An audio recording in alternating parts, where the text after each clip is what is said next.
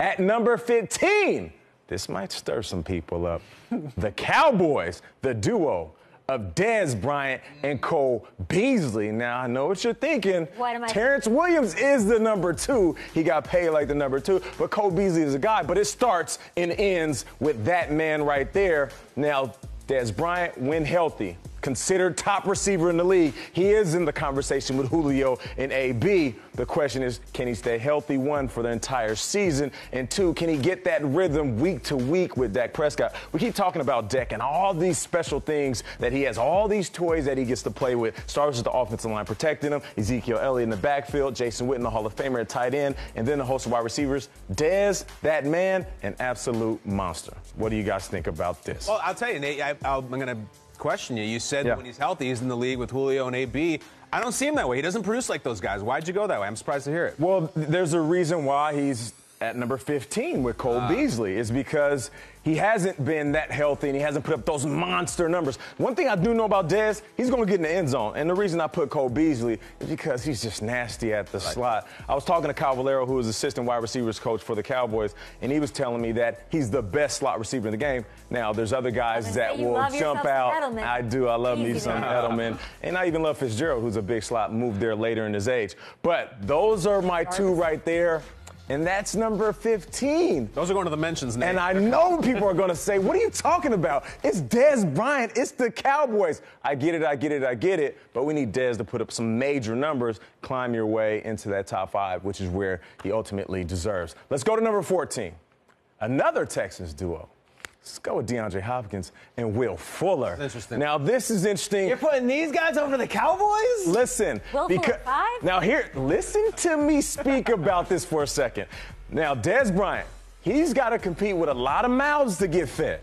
When you're looking at DeAndre Hopkins, who didn't have the season he wanted to, I'm anticipating that Tom Savage is going to be the starting quarterback for the Houston Texans. Peter Schrager, in Tom Savage's first start, how many times did he throw DeAndre Hopkins the ball? 19 times. 19 times. That's true, 19. So, because of that, I am thinking that this man is going to have a big year. They're probably spending the whole summer getting on the same page, you know, reconnecting with that chemistry that they're trying to have all year. I love DeAndre. He needs to have a big year because I remember, KB, you were talking a couple years ago. They were saying this is his time. This is the next thing. He's going to break out. Yeah. And he's going to be the guy that you'll mention with the top players. And then Will Fuller, we know the Blazer. I mean, he comes out, he runs that 4-3. He's going over the top of the coverage. But there's just one problem with Will Fuller. It is, Nate. It's the dropsies. The bobbles catch it the first time.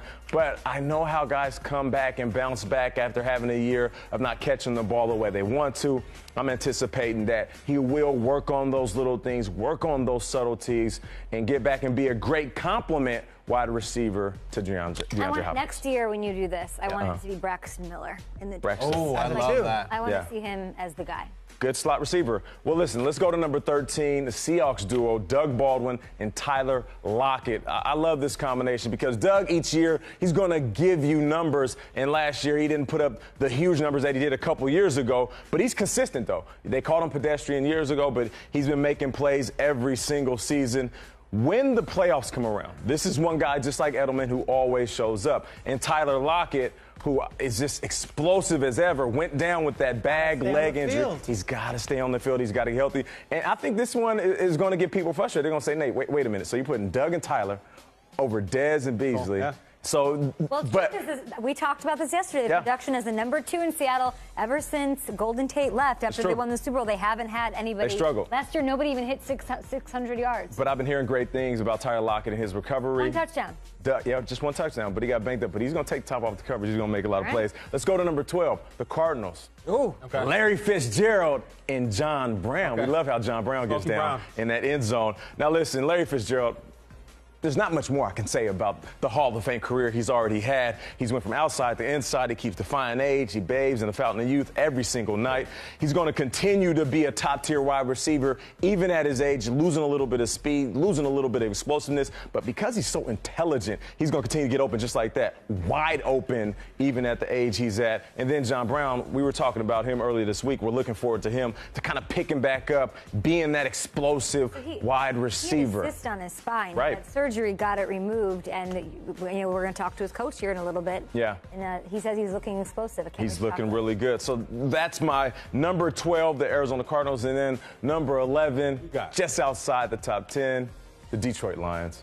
We're going Golden Tate and Marvin Jones. You were talking about Golden Tate yesterday and how consistent he's been, and he has. He's went from Seattle to Detroit, and everybody's saying, oh, is he going to be that guy? And I'll say this because I know Golden Tate, and I'll give credit where credit is due. Golden Tate went to Detroit and did what I was supposed to do next to Calvin. He's a great compliment to Calvin before he retired, and then he's continued to make plays, putting up 1,000 yards. 90 catches, 1,000 yards, 90 catches. You know Matt Stafford's going to toss him the rock. He's going to look for Golden Tate. He's the guy that when he dropped back, Golden Tate's going to be roaming around the field, and he's great at ad-libbing. Marvin Jones, he's the one that I'm real excited about because he has these moments where he puts up huge numbers. A great start to the season. He needs to finish strong. And because what happens is you go out and you run those deep posts, those deep nines, you take the top off the coverage, you get those big plays, and then teams start to focus on it a little bit. They need to figure out a way to have more subtleties within this offense, more wrinkles within this offense, so Marvin Jones isn't running the same route. Are you surprised without Calvin that these guys could still be a top 15 wide receiver duo? No, I'm not, because it's a credit to Matt Stafford in the offense and way it's ran.